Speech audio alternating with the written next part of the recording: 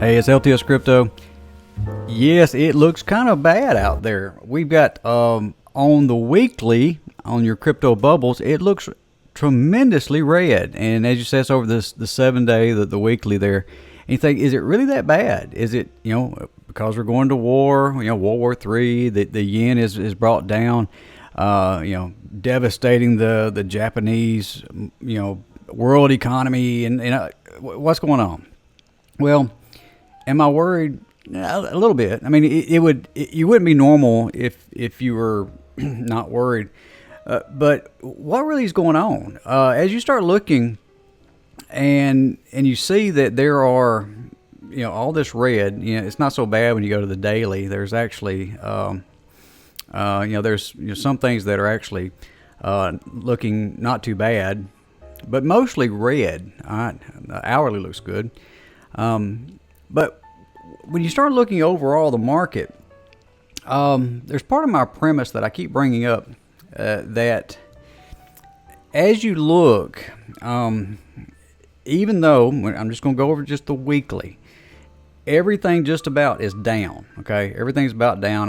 If you look at the gainers, there were some gainers over the week. Stellar Lumens was up 1.4%, but that's because it had a really good day today, going up 10%. But what's going on? So we thought we were supposed to have a halving, and then after the halving, it's supposed to take off.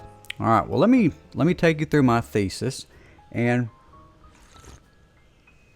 then maybe, just maybe, it will make sense. This is the monthly Bitcoin chart, and if you'll look right here, this pink line is, let me get my little, this pink line right here is the halving for 2024, April 2024. And what I have done is I have went back and got the pattern. They're not, I say they're not up to scale, but understand it's just the pattern, okay, the pattern. And I have put the 2012 halving right here. I put all your, the 2012 halving, the 2016 halving, the 2020 halving, and what I have done is I have placed it to where you can see how it goes with today's pattern. And you're saying, well, it looks horrible, but does it? When you start looking over here, let me scrunch this up, get out of this for a second. Get out of here. We scrunch it up a little bit, and I move it over. And you'll notice we're nowhere near any of the peaks. These are the peaks. I had actually went through and got the pattern from halving to peak. And here's your peak on 2012 over here in the red. Here's your peak on 2016 in the orange. And then here's your first peak in 2020, and then the second peak in 2020. And you'll notice we're here. We're right here. We're right here, July, August. And if history repeats itself, if history rhymes, we're going to go up. And what's going to happen is you're going to see a peak somewhere around, let me see, somewhere around either March of 2025 or September of 2025. And this has been a premise of many people. And what I'm wanting people to consider is that, yes, we're living in a very precarious time. But let me give you my thesis. All right, let me give you my thesis. Let's suppose that certain things occur in November. In the U.S., we have an election in November. It is between Harris and it's between Trump.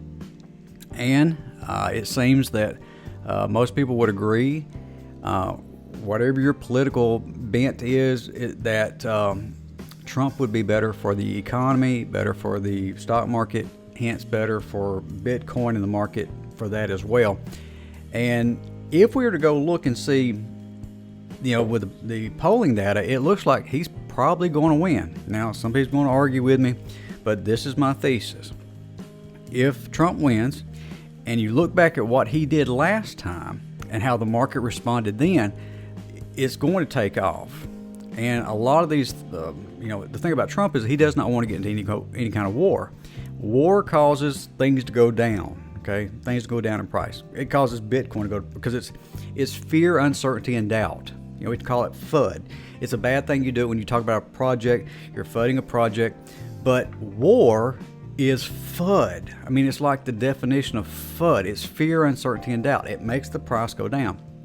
But November comes, we have a new president, and hopefully this market will take off. He will release a lot of the regulations, like the pipeline, the offshore drilling, things that also cause tension across countries, and it'll also reduce our price of oil, which will increase or decrease our price of goods and services in this country, and then also spur the economy.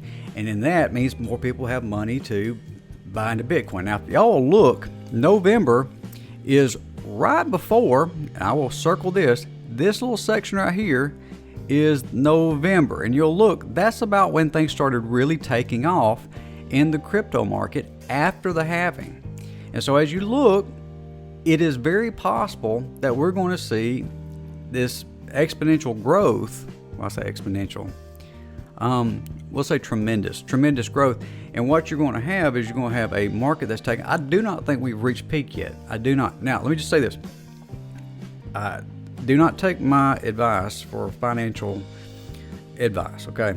I've lost a lot of money. I have done some dumb things. Do not follow my advice. Find you a financial advisor that knows what he's talking about. But I'm just telling you my thesis. This is my opinion. Don't put your house payment on it, okay? All right. Don't put more in than you're willing to lose. Don't forget risk management. And so just give you some hopium today.